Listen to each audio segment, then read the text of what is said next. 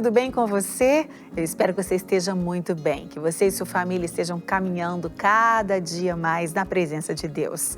Temos vivido dias difíceis, mas nesse tempo nós podemos aprender, nós podemos e devemos crescer, porque se Deus permitiu que passássemos por todo esse tempo de pandemia, de isolamento que ainda estamos vivendo, nós com certeza temos algo a aprender.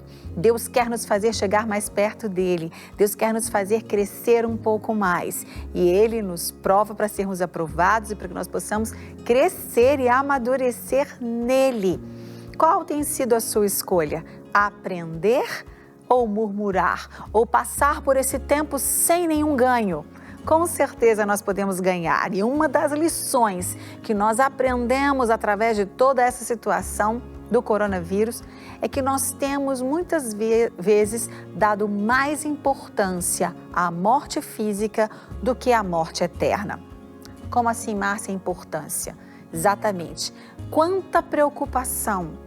Claro que nós devemos nos preocupar com a vida. Nós amamos viver, nós amamos as pessoas que estão ao nosso lado. Nós realmente somos arrasados e temos muitas vezes o coração dilacerado quando perdemos alguém que nós amamos, como muitos perderam aí por conta do coronavírus ou de outras enfermidades e tantas outras situações que acontecem.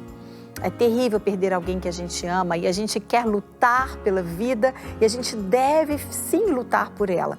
A gente deve preservar a vida. A vida é um dom, um presente de Deus e nós precisamos cuidar do nosso corpo físico, cuidar da nossa vida sentimental, das nossas emoções, da nossa mente, para que a gente tenha saúde em todas as áreas. E nós queremos e devemos preservar e amar a vida cada dia mais, com gratidão no nosso coração por esse presente que Deus nos dá.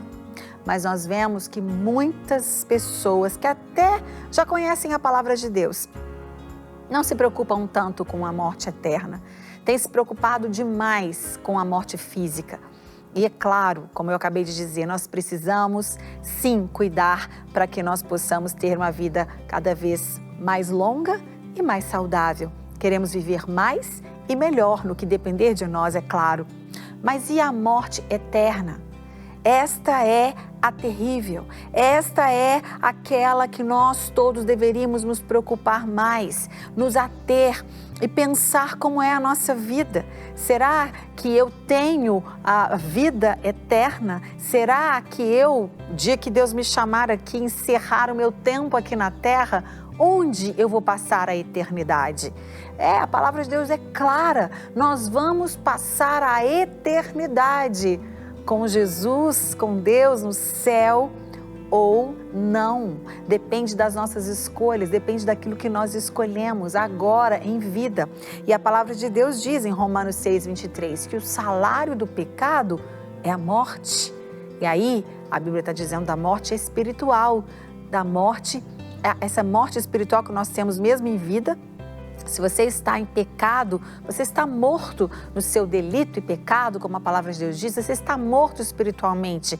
E se você não tem um arrependimento, um conserto de vida, uma redenção em Jesus Cristo, se você morrer a morte física, você terá a morte eterna. O salário, o pagamento pelo pecado é a morte, mas o dom gratuito de Deus em Cristo Jesus é a vida eterna.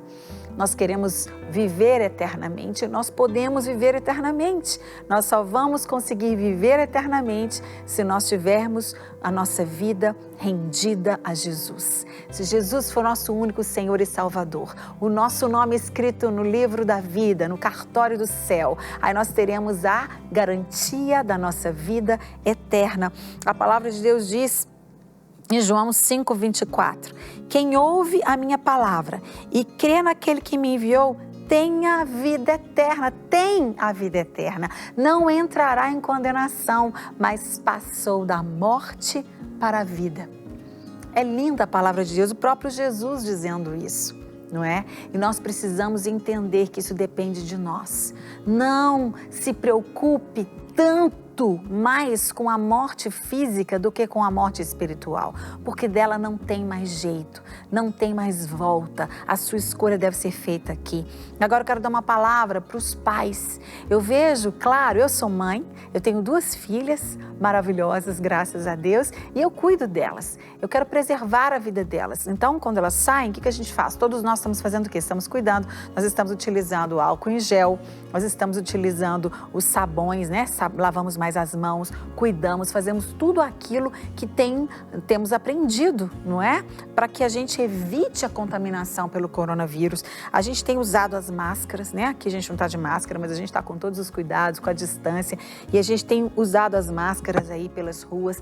A gente evita certos lugares, a gente tem que evitar as aglomerações, a gente realmente precisa fazer tudo o que está às nossas mãos para fazer, para evitar que a nossa vida e a vida da nossa família corra risco, não é? Porque nós não queremos perder ninguém, nós queremos realmente que eles sejam salvos, livres, não só dessa enfermidade, mas de outros males.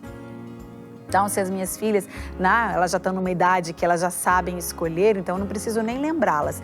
Mas todas as vezes que elas vão sair, elas levam as máscaras, elas estão sempre usando, lavando as mãos, utilizando o álcool gel, tudo isso que a gente já sabe. Agora, você que tem filhos menores e tem que lembrá-los, ajudá-los, mas eu vejo que muitos pais, que muitas vezes até conhecem a palavra de Deus, não estão tão preocupados com a morte eterna dos seus filhos.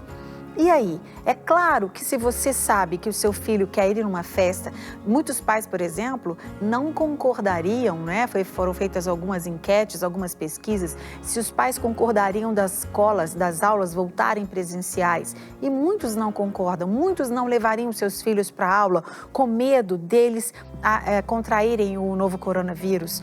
E muitos pais não deixam o filho ir a um futebol, fazer uma prática de alguma coisa que esteja com um número de pessoas. Por quê? Filho, você não vai, porque lá você corre o risco de contrair esse terrível vírus.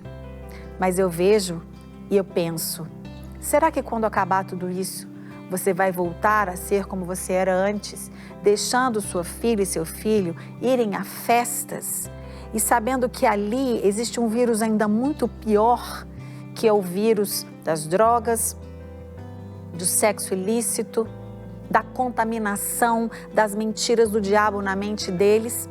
Eu vejo alguns pais deixando seus filhos postarem, suas filhas principalmente, fotos totalmente sensuais, expondo suas filhas e curtindo suas fotos e colocando: filha, que linda, a filha mostrando seios, mostrando o corpo. Você deve se preocupar muito mais com a morte eterna da sua filha e do seu filho, impedindo, não deixando que eles frequentem certos lugares, que eles tenham certos amigos, como proteção da sua vida. Máscara, álcool gel, tudo isso é do dia a dia, do cotidiano, mas a sua responsabilidade maior é com a alma, com a vida deles. Claro que dependendo da idade deles, eles têm a escolha deles, eles têm que escolher realmente quem eles vão seguir, quem eles vão servir, se Jesus é o Senhor e Salvador de suas vidas, mas cabe a você, como pai e mãe, conduzi-los e dizer: não, filho, você não vai àquela festa, lá tem um alto índice de contaminação.